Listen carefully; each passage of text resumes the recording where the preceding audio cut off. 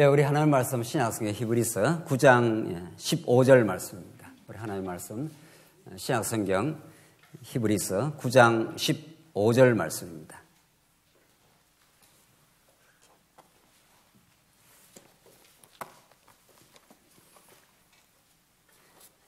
예, 찾으신 줄 알고 봉독 드리겠습니다.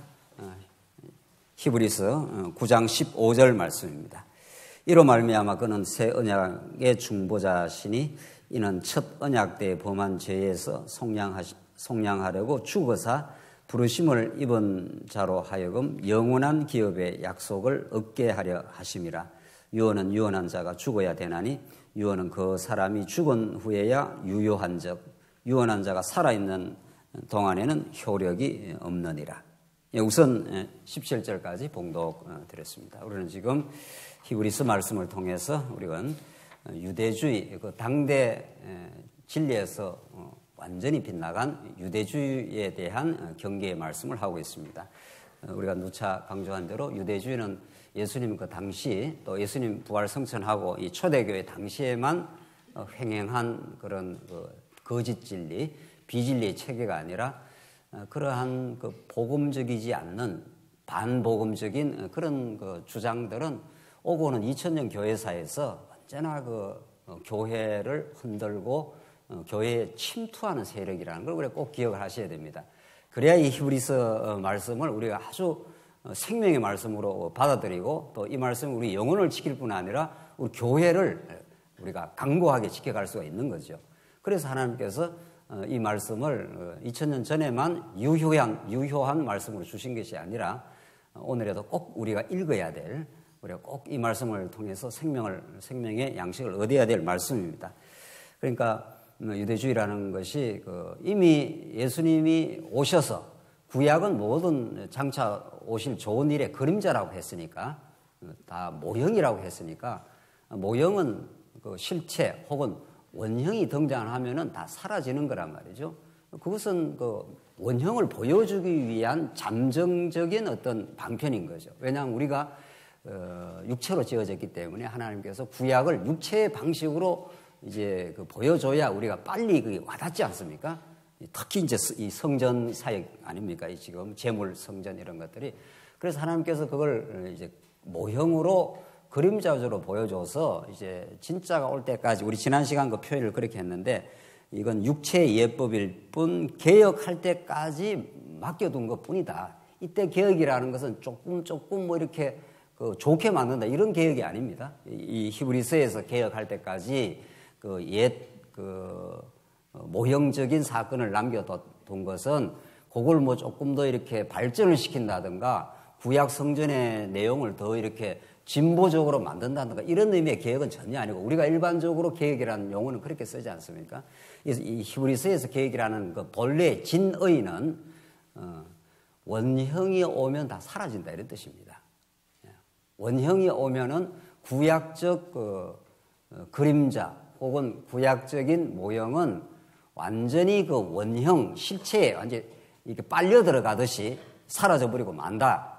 그러니까 한 분 예수만 남는다 이런 뜻입니다. 그 한 분 예수 안에 모든 그 진리의 보고, 지혜의 근거, 모든 우리가 먹어야 될 양식, 하늘의 그 놀라운 계시의 그 절정, 뭐 이런 말씀들이, 그게 히브리서 1장 1절에서 나온 말씀 아닙니까? 구약의 여러 모양과 여러 부분으로 하나님께서 말씀하신 하나님께서 이 모든 날 마지막에 아들로 말씀하신, 아들이라는 건 아버지의 권세와 영광과 권위를 한 몸에 걸머쥐고 온 분이니까, 그러니까 아들로 말씀하셨다는 그 말 속에 구약의 모든 이런 부분 저런 모양으로 이런 측면 저런 측면으로 했다가 이제는 온전하게 드러내버렸다는 거죠.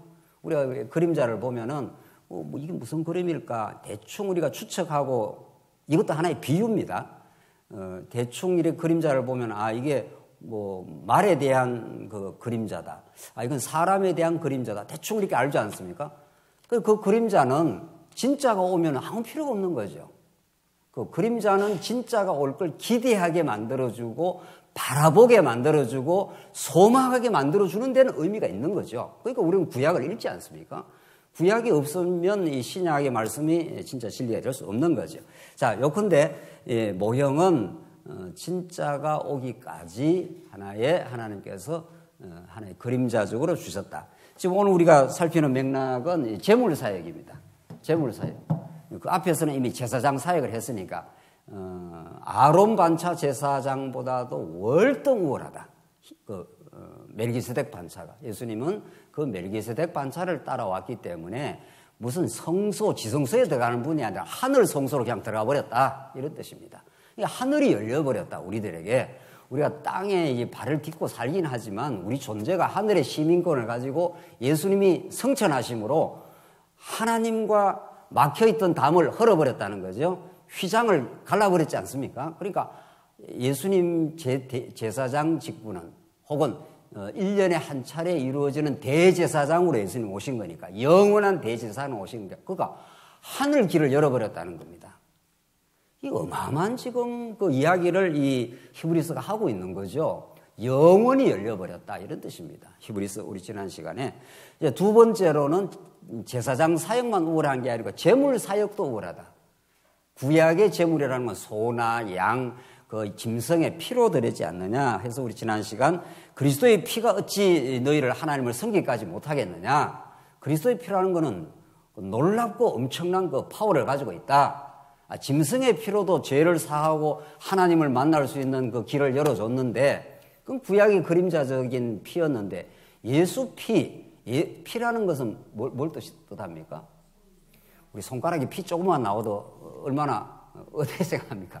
손가락에 피 조금만 흘려도 뭐 엄청 또 아프기도 하지만은 어떻게 생각합니까? 피가 막 흐르면은 그 피가 그 생명을 상징하는 거니까 우리 몸에 피가 잘 이렇게 돌아야 그 생명의 그 기운이 약동한다는 거 아닙니까? 피가 탁하면은 이미 병이 걸렸다는 거 아닙니까? 뭐 동맥경화, 무슨 이렇게 찌끄레기가 많다는 거예요. 콜레스테롤 이런 거. 그 피는 우리 몸에 가장 중요한 그 생명의 상징이니까 말이죠. 그러니까 피를 흘리게 하는 거죠. 구약에는 짐승의 피를. 그 피를 흘린다는 건 죽는다는 뜻이니까. 그렇잖아요. 피를 다 쏟아버리면 그 짐승이 죽는 걸 의미하지 않아요. 그러니까 대신 이스라엘 백성들의 죄를 위해서 누가 죽는 거, 짐승이 죽는 거죠. 우리는 이 말씀을 들을 때 굉장히 사실은 들을 때마다 놀랄 이유가 있는 거죠. 짐승이 죽는다는 것도 놀라운 사실이지만 하나님의 아들 예수 그리스도가 십자가에서 물과 피를 온전히 다 쏟아낸 거 아니에요. 생명을 완전히 지불한 거 아니에요. 그래서 그 짐승 피가 이렇게 구약에는 그림자로 들었지만은 하물며 이런 거죠. 지금 히브리서 기자는 예수 피를 하나님께 바친 바 되어서 우리의 모든 죄를 속하고 우리에게 죽었던 우리에게 생명을 부여한 거 아니에요. 그러니까 이 육체가 살아있는 걸 하나님은 살아있다 안 그럽니다.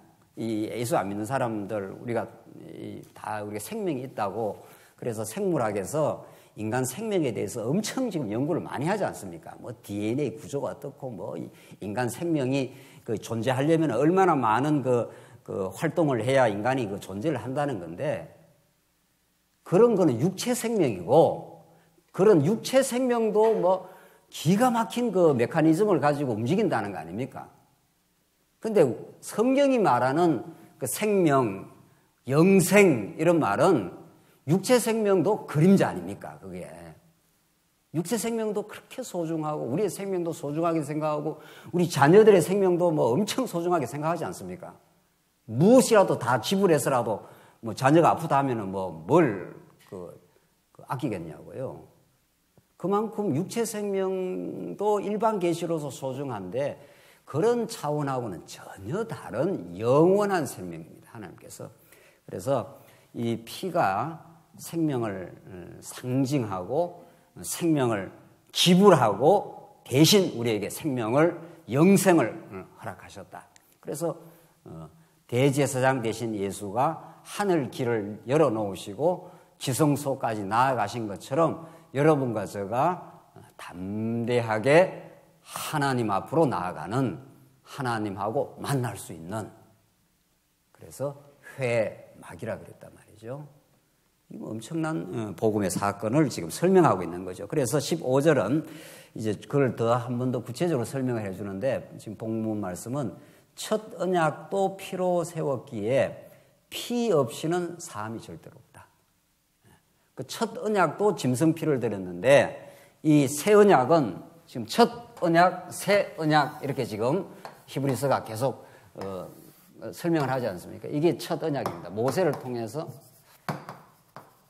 물론 이제 아브라함 언약은 뭐 대전제고 항상 이 모세 언약 이전에 아브라함 언약이 큰 틀이니까 그렇죠? 하나님이 하나님 나라를 하나님이 통치하는 나라를 이루어 주는데 어떻게 이루어 주는가 하면은 성전의 방식으로 하나님 나라를 통치하겠다 이런 뜻입니다. 아무리 범죄했어도 하나님께서 모세 언약을 통해서 이 성전에 나오면 성막에 나오면은 용서해 주고 하나님 노릇을 해 주겠다. 너희들 만나 주겠다 이 말 아닙니까? 그래서 이거를 첫 언약이라 한다는 거예요. 첫 언약. 근데 이 첫 언약이라는 건 둘째 언약 혹은 이제 새 언약을 전제하고 있는 거 아니에요? 이 언약밖에 없으면 그냥 언약이라 할 거 아니에요. 그러니까 구약의 모세를 통해서 주신 첫 언약도 피가 필요했다. 짐승 피를 바쳤다는 거죠. 그 피를 가지고 지성소이가 뿌렸지 않습니까? 그러니까 이 첫 언약이라는 건 이미 둘 번째 언약 혹은 이제 두 번째 언약이라는 표현 안 쓰고 이제 첫 언약 그다음 혹은 다른 표현으로 옛 언약입니다. 이게 옛날 언약. 첫 번째 준 옛날에 준 언약. 그거가 대비하는 게 새 언약 이렇게 되는 거죠. 그 새 언약에 대해서는 이미 그 구약의 마지막에 그 예레미야라든가 에스겔 선지자가 새 언약에 대해서 구체적으로 말하지 않습니까? 너희들이 이제 옛 언약을 줘서 그림자적으로 했지만은 이스라엘 백성들이 그 옛 언약 율법을 지킬 수가 없어요. 지킬 수가 없으니까 늘 범죄하고 해서 하나님께서 이제 성막의 방식을 통해서 하나님을 만나기도 하고 그 은혜를 드러내기도 했지만 그게 다 그림자였으니까 이제는 새 언약을 주시겠다. 우리 지난 시간 했잖아요. 새 언약을 주면 그 하나님의 법을 어떻게 한다 그랬습니까? 밖에서 아무리 지켜라 하나님 여호와다 해도 이스라엘 백성들이 이 몸 자체가 범죄한 인생, 몸 자체가 이 죄로 물들어 있기 때문에 하나님의 뜻을 따라갈 수 있습니까? 없습니까? 못 따라간다는 거예요. 그래서 이스라엘 백성은 늘 실패를 합니다. 늘 하나님 앞에 범죄를 한다는 거죠. 그러니까 이 법을 밖에서 지켜라라고 이렇게 해주는 게 아니고 법을 어떻게 해버리겠다는 거였어요?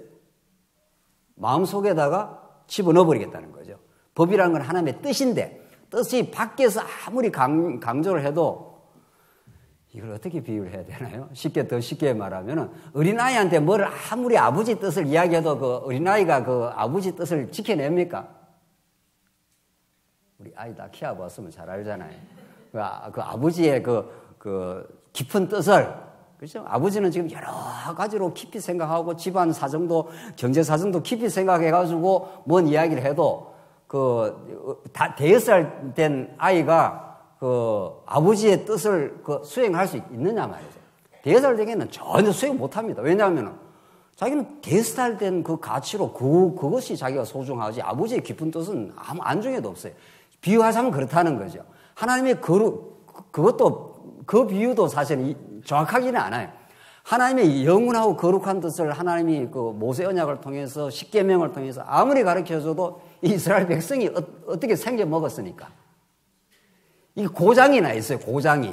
그냥 고장 정도가 아니고 어떻게 망가져 있어요.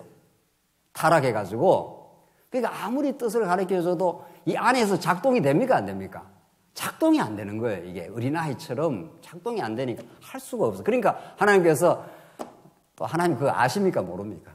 아시죠? 그건 당연히 아시죠. 하나님께서 왜 하나님께서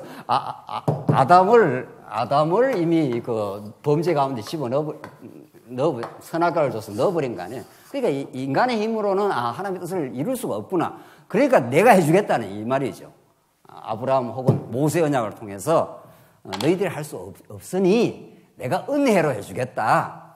예. 그래서 우리 종교개혁자들이 오직 은혜로 이런 말은 종교개혁자들이 잘 말한 거예요. 그걸 이제 성경 해석학적으로 우리 언약 성취적으로 이렇게 해석을 치밀하게 못했을 뿐이지. 그러니까 우리 종교개혁을 16세기 종교개혁을 우리가 기꺼이 따라가는 거죠. 그 정신을. 그리고 더 발전적으로 우리는 지금 하겠다. 이런 할 수 있도록 하나님께 인도하시는 거잖아요. 그러니까 정말 은혜입니다. 모든 것이 은혜입니다. 머리끝에서 발끝까지. 우리가 예수를 믿는 거, 하나님을 섬기는 거, 우리 성도를 또 사랑하게 되는 거. 오늘 우리 그 필리핀에서 로렉스 목사님이 와갖고 이렇게 잠깐 식사하는 거 보고 이렇게, 이거는 뭐 성도님들 전부 막 서빙을 하네요. 뭐 이러더라고요.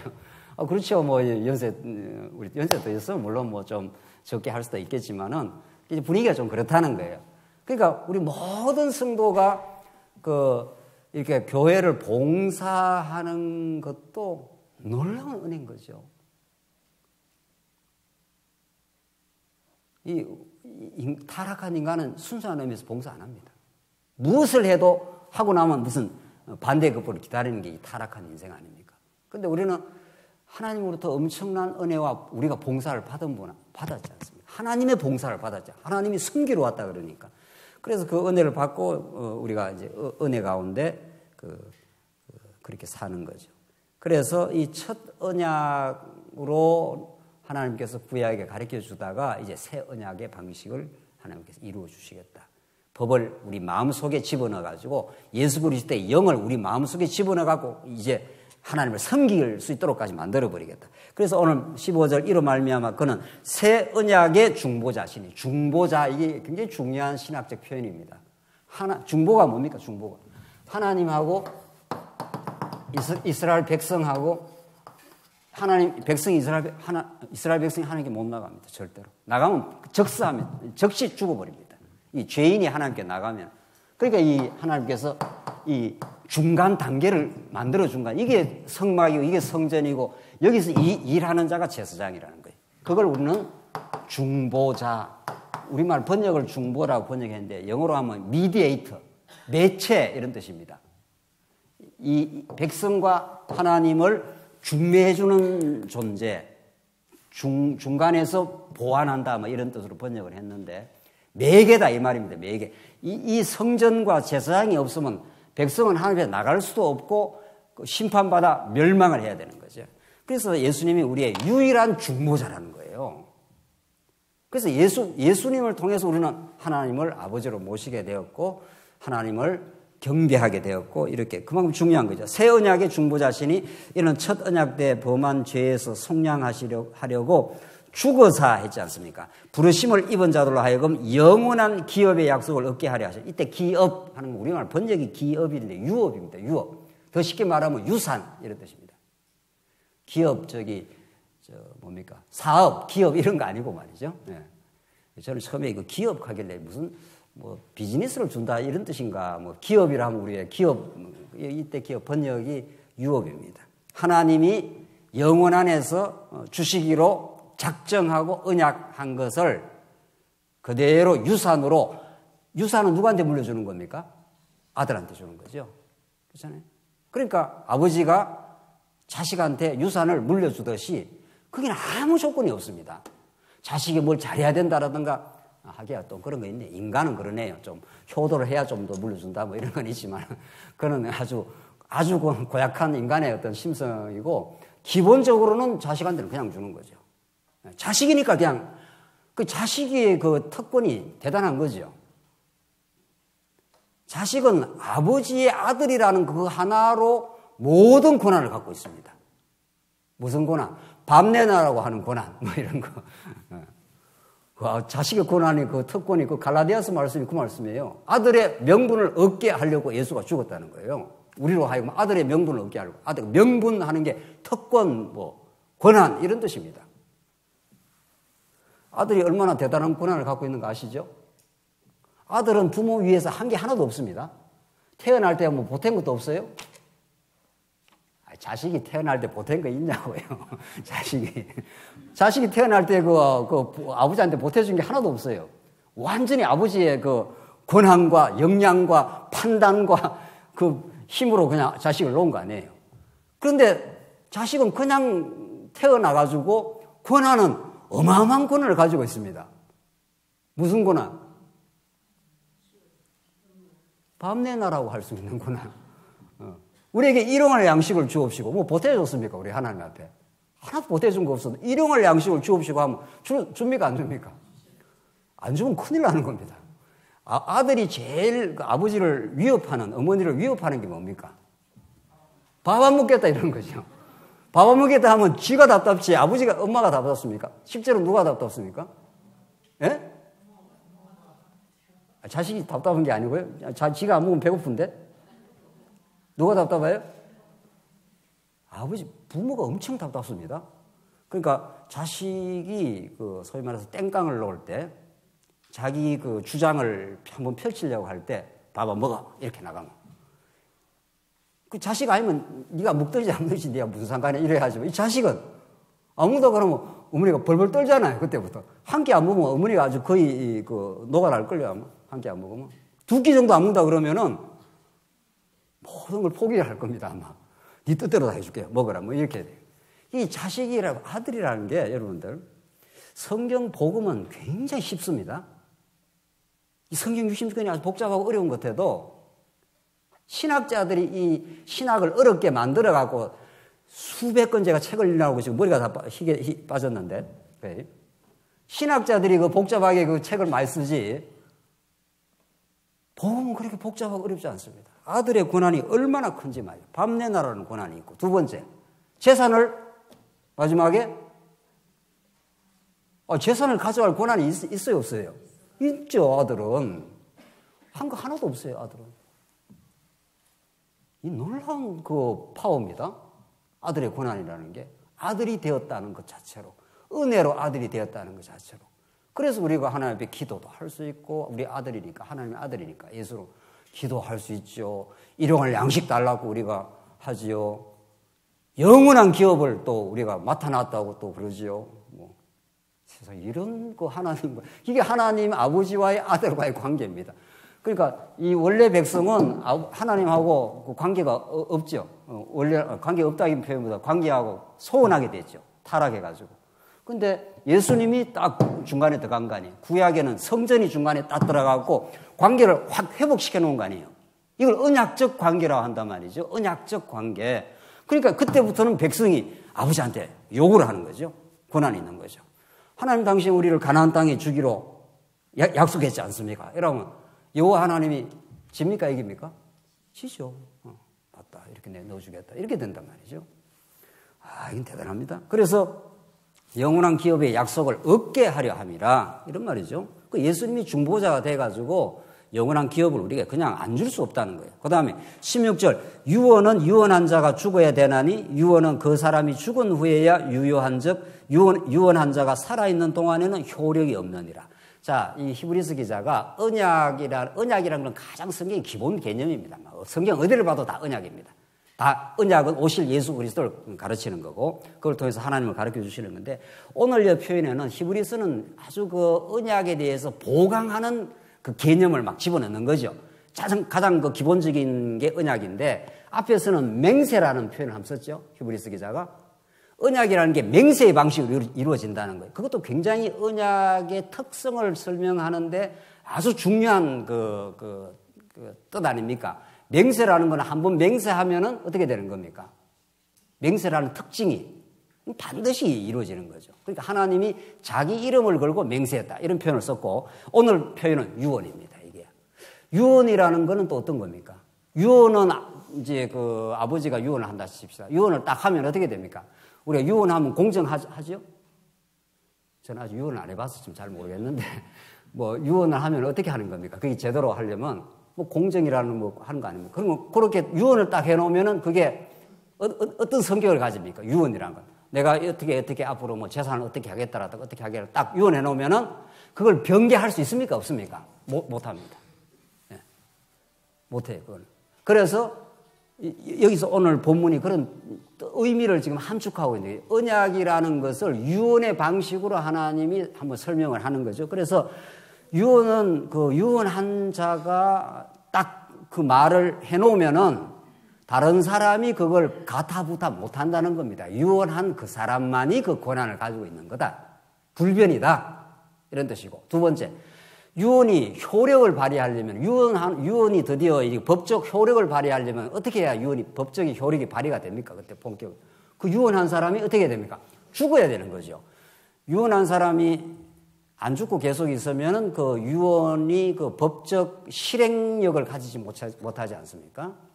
그러니까 유언은 첫 번째는 유언한 사람 외에는 그 유언의 내용을 변개할 수 없다. 두 번째, 유언은 유언한 사람이 죽으면 드디어 법적 유효하다. 실행력을 갖게 된다. 이런 뜻이지 않습니까? 그게 얼마나 그 언약하고 그 긴밀한 그 의미를 상통하는 개념이냐 말이죠. 언약이라는 게 언약을 하나님이 딱 언약을 했는데 누가 바꿀 수가 있느냐 이 말입니다. 뭐 인간이 잘했다고 더 보강이 되고 못했다고 언약을 취소하고 이렇게 안 한다 이런 뜻입니다. 그러니까 여기에 우리의 구원과 우리의 미래가 확실한 거 아닙니까? 그러니까 알미니안 신학 이런 거는 신학도 아니에요 사실은.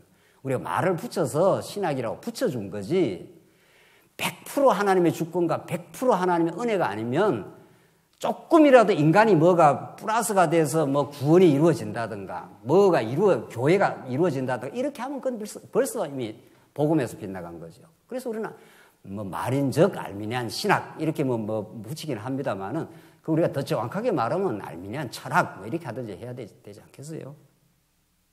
그러니까 유언이라는 게 그렇다는 겁니다. 유언을 어떻게 다른 사람이 가타부타 하겠느냐는 거예요. 유언한 사람이 내 자산은 어떻게 한다 이래 보면 그걸 끝나는 거예요. 두 번째, 유언은 그 한 사람이 죽으면 드디어 본격적으로 효력이 발생한다고 오늘 본문이 그렇게 말합니다. 16절 유언은 유언한 자가 죽어야 되나니 나오잖아요. 유언은 그 사람이 죽은 후에야 유효한즉 유언한 자가 살아있는 동안에는 효력이 없느니라. 자, 그렇다면 하나님이 돌아가시지는 않잖아요. 그렇잖아요. 하나님은 영원하시고 영원 불멸하신 분이니까 하나님이 인간이 되신 거죠. 하나님이 그 영원한 은혜와 사랑을 우리에게 깨닫게 하시려고 말씀이 육신이 되어서 예수 그리스도가 이 땅에 출현하시고 예수님이 죽으시는 거죠. 그건 하나의 일종의 하나님의 영원한 은혜를 자 이제 우리가 히브리서 기자가 결국은 조금 뒤에 가면은 나오는데 우리는 이 땅에 이렇게 이 땅이 보이는 세계입니다. 이 어마어마한 그 광활한 우주처럼 보여도 하늘의 세계, 영원한 세계, 영원한 나라, 영원한 성전이 있는 겁니다. 그러니까 계시록에 어린 양 예수 그리스도가 성전이 되심이라 이렇게 나오잖아요. 구약의 성전 다 없어졌고 십자가도 이미 다 역사 가운데 성취되었고 이제 우리가 새하늘과 새 땅에 가면은 성전이 없고 하나님과 그 어린 양 예수가 성전이라. 그러니까 영원한 하나님 나라에 영원한 세계에 하나님의 나라가 있고 다른 표현을 쓰면 영원한 성전이 있을 뿐입니다. 그게 하나님이고 어린 양 예수 그리스도라는 거예요. 구약에 나타나는 모든 성전들은 예수 한 분을 가르쳐 주려는 건데 이게 원형이고 이 진짜 영원한 실체고 이게 모형이라는 거죠. 지금 그 히브리서를 이해하려면은 이 영원 세계가 원형이고 영원한 나라 혹은 영원한 성전 이게 있다는 겁니다. 진짜. 그러니까 하나님의 나라 하는 것은 통치를 하신다 이런 뜻이고 하나님의 주권을 가지고 모든 걸 통치하는 뜻이고 성전하게 되면 무슨 그 하나님의 속성이 강하게 드러납니까? 성전은 죄값을 지불하고 대속의 죽음을 생명을 지불해서 용서를 해주는 곳이니까. 그러니까 하나님의 나라는 하나님의 주권 혹은 그의 전능하심 이런 것들이 강력하게 드러나는 거죠. 우리 교회도 예수 그리스도가 교회의 머리가 되신다 이렇게 하면 어떻게 돼요? 그리스도의 하나님의 그 주권과 전능하심 이런 막 그 능력이 드러나지 않습니까?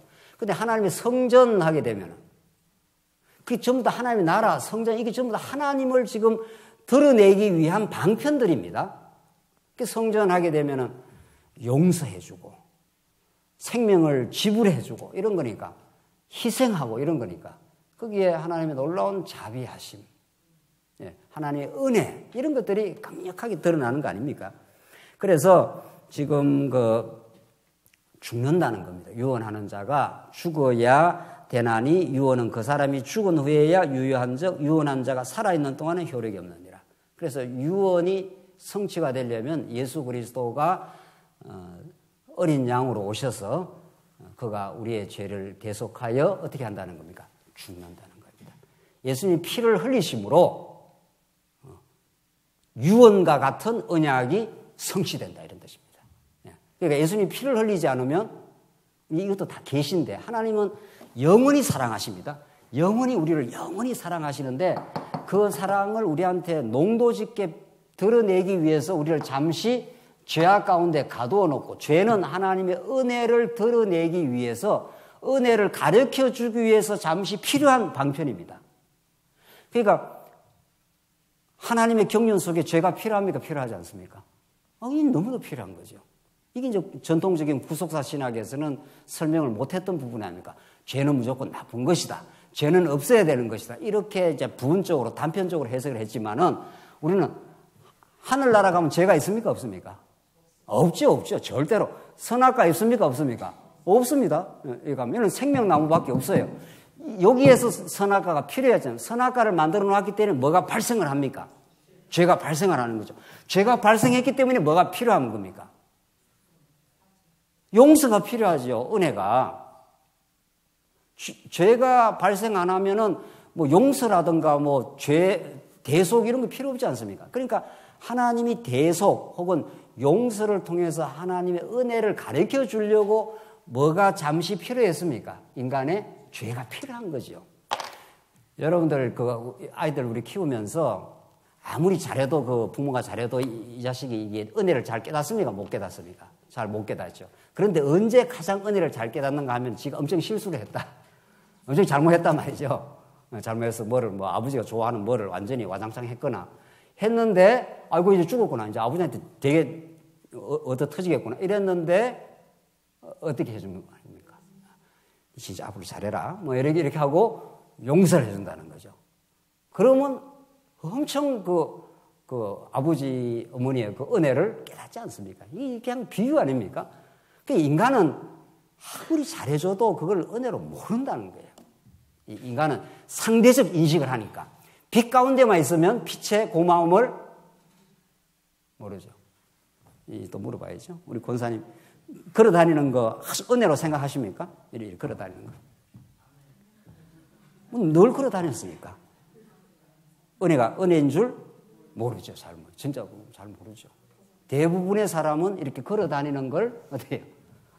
은혜로 별로 그 느낌을 아무리 은혜다 해도 걷는 게 왜 은혜일까? 여러분들 공기에 대해서 공기를 마시면서 오늘 공기가 아주 깨끗하고 좋더라고요. 공기를 마시면서 이 공기를 마셔서 참 은혜다. 뭐 이렇게 생각하는 건 잘 없죠.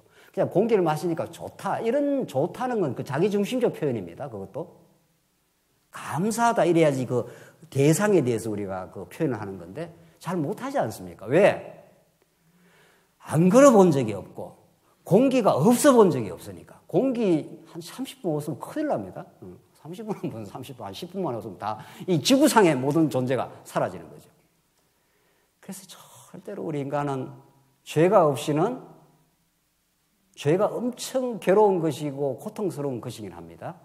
죄 때문에 갈등하고 죄 때문에 몸부림치고 죄 때문에 힘들어하고 그렇게 어려운 것기도 하지만은 죄가 없이는 용서를 은혜를 그 풍성한 하나님의 사랑을 경험할 수가 없습니다. 로마서 전부가 그걸 말하고 있고 참 처음에 이 말씀 그거 깨달을 때는 정말 막 하늘로 날아갈 것 같으면요. 죄 때문에 이렇게 몸부림치고 힘들어하고 왜 인생이 이 모양인가 이렇게 괴로워 많이 했었는데 그게 그렇게 하나님께서 은혜를 은혜되게 하시려고 지금 히브리서 기자는 다 그런 말씀이에요. 이 성전이라는 게 죄가 있는 이스라엘 백성들이 와서 하나님의 용서와 은혜와 놀라운 그 하나님의 사랑을 맛보는 곳이 성전입니다. 죄가 없으면 여기 올 일이 있습니까? 없습니까? 죄가 없는 이스라엘 백성이 성전을 올 일이 있습니까? 없습니까? 절대 없습니다. 그러니까 여러분과 저에게는 지난날에 죄 많은 것이 이거는 해도 정말 행복한 고백이에요. 죄 많은 곳에 어떻게 해요? 은혜가 더욱 넘쳤나니. 그러니까 죄를 좀 지어도 되겠구나. 뭐 이렇게 이제 나가는 수가 있는데, 그거는 이제 은혜를 진짜 이제 잘 모르는 케이스가 이제 그렇게 하는 거지만은, 정말 이 하나님의 그 오묘하신 이 히브리서 기자는 전부 그걸 전제하고 있습니다. 히브리서에 나오는 모든 성전 스토리 이야기, 제사장 이야기, 뭐 제물 이야기는 전부 죄를 전제하고 지금 하는 거 아니에요? 그 죄는 어떤 하나님의 그 영원한 계획 가운데 인간이 죄에 빠져서 그렇게 허우적거렸느냐는 거예요. 우리가 처음에 그 다윗의 시편을 읽었지 않습니까? 기가 막힐 수렁과 웅덩이에서 우리를 건져냈다는 거 아니에요? 뭐 하나님이 수렁을 만들지 말지. 그냥 반석 위에 걸어 다니도록 하지. 뭐 하려고 수렁을 만들어갖고 다윗이 기가 막힐 수렁에 빠져갖고 머리지 그 헤매도록 하느냐고. 수렁에 빠져봐야, 수렁이라는 게 뭡니까? 발을 밟으면 더 들어가는 곳이에요. 그러니까 수렁은 스스로의 힘으로는 어떻게 해요? 절대로 못 나옵니다. 수렁이라는 게 그런 거 아니에요. 막 밟으면 계속 들어가는 거니까 잡을 데도 없고. 그렇게 해놨다가 이렇게 건져줘야, 건져가고 반석 위에 딱 올려놓으면은 그 입에서 뭐가 터지게 되어 있습니까? 찬송이 터지지요, 찬송이. 엄청. 그래서 좀 아픈 것도 은혜라는 게 그런 뜻입니다. 진짜. 6개월 동안 못 걷고 있다가, 진짜 걷는데, 이 천하를 다 얻은 것처럼 말이죠. 이 걷는데 천하를 다 얻은 것처럼 기쁘고 감사하고, 내가 그럴 수 있구나 말이죠. 세상에. 이게 도대체. 근데 뭐 매일 그런 사람은 그게 은혜겠어요. 뭐. 그래서 죄가 하나님의 은혜를 깨닫게 하는데 필요합니다. 이걸 우리가 터득하고 나면은 우리 지난날에 모든 그 몸부림쳤던 그 세월들, 힘들었던 경험들, 이런 모든 것들이 주마등처럼 지나가면서 전부 그게 성전 되시는, 새 성전 되시는, 구약의 옛 성전이 아니라 새 성전 되시는 예수 그리스도, 부활의 성전 되시는 예수 그리스도 안에서 완전히 그게 녹아나는 거 아닙니까? 그 죄라는 것이. 이제는 우리를 하나님께서 죄인이라 그러지 않잖아요. 우리가 죄인됨을 깨닫는 거지, 율법 아래에서. 이제는 새로운 신분으로 바뀌어버리지 않습니까? 부모가 어디 자식을 자꾸 죄인이라 그럽니까? 넌 내 사랑하는 아들. 자식은 자기를 돌아볼 때 내가 하늘과 아버지 앞에 죄를 범했사오니 하면서 자기를 이렇게 겸손하게 낮추는 것 뿐이지, 탕자가 돌아와서. 아버지가 어디에 자식을 죄인 그러냐 말이죠, 세상에.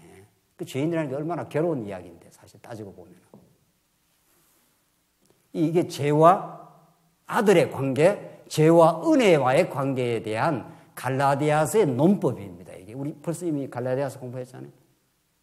또 갈라디아서 공부할 때는 다 생각나는데 또 조금 있으면 또 잊어버리고, 뭐 갈라디아서나 히브리서나 뭐 원리가 똑같아요. 사실은 그 버전만 좀 다른 거지. 그 버전만 다를 뿐이지 그 복음의 그 원리가 똑같지요. 뭐 어디라도. 지금 그 유언을 그런 방식으로 설명을 지금 하고 있어요. 18절. 이러므로 첫 언약도 피 없이 세운 것이 아니니, 첫 언약도 피가 필요하다. 생명이 필요하다. 이런 말입니다. 19절. 모세가 율법대로 모든 계명을 온 백성에게 말한 후에 송아지와 염소의 피 나오잖아요. 이 구약이죠. 및 물과 붉은 양털과 우설초를 취하여 그 두루마기와 온 백성에게 뿌리며, 피를 온 백성이 다 뿌릴 거죠. 이르되 이는 하나님이 너희에게 명하신 언약의 피라 하고. 그러니까 이 언약, 우리 언약을 가장 중요시하는 그 성경의 그 기본 아닙니까? 그런데 그 언약의 피, 이 언약의 피니까 이 피라는 것이 생명을 뜻하고 이게 구속입니다. 이게 구속이라는 게 피를 지불하고 건져낸 거 아니에요. 6월절 날 어린 양의 피가 지불이 돼가지고 죽음의 사자가 다 지나가고 이스라엘 백성들이 건짐을 받은 거 아니에요. 이게 구속도 중요한 거예요. 언약의 하나님, 은혜의 하나님을 우리에게 실감나게 깨닫게 하려면은 피라는 그 피가 쏟아져야 그 희생이 제물이 되어져야 그걸 은혜로 느끼지 않습니까? 그러니까 죄와 구속이라는 것은 하나님의 언약 성취를 깨닫는데, 하나님이 얼마나 그 은혜로우신 분을 깨닫는 데는 죄와 구속의 방식이 필요한, 그게 언약의 피입니다. 우리가 그동안은 언약 성취사 하면서 그 언약 성취사는 너무도 중요해요, 사실은. 이건 패러다임의 그 변화인 건 사실이에요. 이거는 뭐, 제가 지금 논문을 쓰면서 진짜 수백 권 책을 막 읽고 또 읽고 하는데, 이건 굉장한 혁명이에요. 그런데 중요한 거는 이 언약 성취의 큰 틀 속의 구속도, 이 지금 히브리서 기자는 집중적으로 구속에 대해서 가르치지 않습니까? 그 죄와 구속입니다, 그러니까. 이스라엘 백성들이 죄를 범했어요. 아담 타락 이후 모든 인간이 죄를 범했어요. 그래서 누구도 스스로 하나님 앞으로 나올 수가 없어요. 그러니까 언약의 피를 지불한다는 거 아닙니까? 이게 생명을 지불한다는 거 아닙니까? 그래야 우리가 언약의 건강 하나님의 은혜를 깨달을 수 있는 그 실제적 사건이 언약의 피입니다. 그러니까 전에 우리가 언약 성취사 하면서 구속을 상당히 구속이라는 거는 뭐 중요하지 않는 것 비슷하게 이렇게 스치고 지나간 경우는 사실 많아요. 논리적으로는 그렇게 되지 않는데 성경 원리적으로는 왜냐하면 워낙 이 구속사를 넘어서는 언약 성취사가 나오다 보니까 이게 나온 건 사실이에요. 나오다 보니까 그 구속을 제대로 자리매김을 해줘야 되는데 하나님이 언약을 이루는 과정에 반드시 죄 가운데 집어넣고 언약의 피를 통해서 하나님의 언약의 사랑, 언약적 사랑을 가르쳐 주는 거 아니겠어요? 그러니까 히브리서 기자가 전부 지금 그 말을 하고 있는 거 아니에요? 전부. 그러니까 아브라함 언약만 있어도 하나님 여호와를 가리키는 데는 아무 문제 없어요. 자손, 땅, 통치, 하나님 여호와다. 이것만 있어도 하나님을 가리켜 주는 데는 문제가 없어요. 그런데 왜 모세 언약을, 그 많은 모세 언약을 구체적으로 성경에 기록을 해놨겠느냐는 거예요. 사실은 내용상으로는 뭐가 더 많습니까? 모세 언약이 훨씬 많지요. 출애굽기 후반기, 레위기, 민수기, 신명기, 그거 전부 다 모세 언약이니까. 그러니까 여러분과 저에게 직접적으로 와닿는 은혜는 우리가 죄에서 구속을 얻는 방식이죠. 언약의 피가 지불되는 방식으로 우리가 깨닫지 않습니까? 그러니까 어머니가 실제로 막 고생을 하는 걸 봐야 자식이 어떻게 됩니까? 우리 어머니 엄청 우리를 사랑하셨구나. 근데 말로만 부모님이 내가 널 사랑한다, 내가 큰 틀로 널 지켜준다, 이렇게 하면은 그게 깊이 안 와닿는다는 거죠. 그러니까 성부 하나님이 예정만 한 게 아니고, 예정은 내가 너를 영원히 사랑한다. 그리고 너는 내 하나님의 자녀다. 이렇게 예정한 거 아니에요. 에베소서에서. 그리고 예수님 그 예정한 대로 누구를 보내줍니까? 예수님을 이 땅에 보내서 구속을, 죄사함을 이루어줬다. 그리고 성령께서 그걸 인치셔서 깨닫게 한다. 이 말 아닙니까? 우리가 지금 요컨대 우리가 성경신학적인 그 원리는 굉장히 중요한데 이제는 밸런스를 좀 확실하게 가져야 되고 또 히브리서 기자가 그렇게 말하고 있습니다. 지금. 그래서 20절 이르되 이는 하나님이 너희에게 명하신 언약의 피라 하고 또한 이와 같이 피를 장막과 섬기는 일에 쓰는 모든 그릇에 뿌렸느니라. 그 구약에는 계속 그 피를 뿌렸어요. 그게 구약적인 방식인데 22절 율법을 따라 거의 모든 물건이 피로서 정결하게 되었나니. 그 피를 안 뿌리면 정결하게 될 수가 없다는 거예요. 피를. 그만큼 피가 중요한 거죠, 구약에. 그런데 하물며 이래야 되는 거죠. 그래서 피 흘림 없은즉 사함이 없느니라. 피를 구약에도 짐승 피를 이제 사용했는데 이 피가 죄도 속해주고 모든 걸 정결하게 하는 힘이 있다는 거예요. 이 피가 이 능력이 있다는 거예요. 보혈의 피 능력이 또 다 우리 찬송을 하잖아요.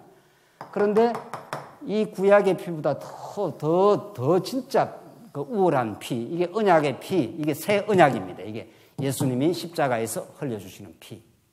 그게 우리에게 용서가 되고 죄 사함이 되고 우리의 양심이 깨끗하게 되고 하나님과 관계가 새롭게 정리가 되고 그래서 하나님의 정결한 자녀가 되고 이런 거죠. 그래서 피 흘림이라는 이 구속적 사건은 언약 성취사에서 이렇게 약화될 부분이 아니라 올바로 자리매김될 부분이라는 거죠. 그래야 우리가 이렇게 우리의 드디어 전인격이 반응을 하지 않습니까? 우리가 조그마한 희생을 우리 부모님이 우리를 위해서 해주고 우리 어떤 좋은 친구가 우리를 위해서 조그마한 그 희생을 해줘도 우리가 굉장히 감동하고 반응하지 않습니까? 근데 하물며 우리 하나님의 아들 예수 그리스도가 십자가 위에서 흘린 그 온전한 대속의 피는 우리의 영혼을 정결하게 하고 우리를 하여금 하나님의 사랑을 깊이 있게 깨닫게 하고 이 세상 어떤 것보다도 우리에게 생명을 주신 분이기 때문에 우리의 전부가 되는 거죠. 그래서 우리가 예수는 우리의 삶을 좀 돋보이게 하는 어떤 그런 게 아니라 우리 죽었던 우리를 살려낸 거니까. 그러니까 뭐 전부죠. 그러니까 예수는 여러분과 저에게 우리 언약 백성 모두에게는 삶의 부분이 될 수가 없는 거죠. 오늘 우리가 이렇게 수요 예배에 나와서 우리가 말씀을 깨닫고 우리가 소위 예배를 드린다는 거 아니에요. 이게 무슨 제사를 드리는 건 아니잖아요. 이 예배라는 것은 영어로 말하면 월십이라는 건 월십하는 거 거기 가치 있다 이런 뜻이에요. 월십이라는 게 원래 뜻이 어원 자체가 예배라는 건 하나님이 최고의 가치입니다. 이런 뜻이에요. 그게 우리 인생관입니다. 예수 믿는 사람의 가치관이고요. 예수님은 우리의 모든 가치입니다. 예수님은 우리의 전부입니다. 왜? 죽었던 우리를 살려냈기 때문에. 세상에 무슨 돈도 좀 가치가 있고 물질도 가치가 있고 무슨 우리의 육신의 생명도 다 가치 있는 거 아니에요? 그건 다 수단적인 가치란 말이죠.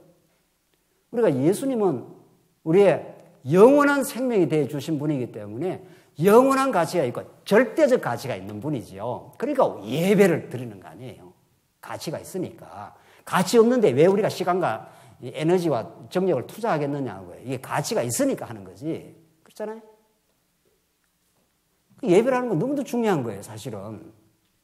우리가 예배, 신령과 진정으로 예배 드리는 거죠. 이게 무슨 제사를 드리는 건 아니잖아요.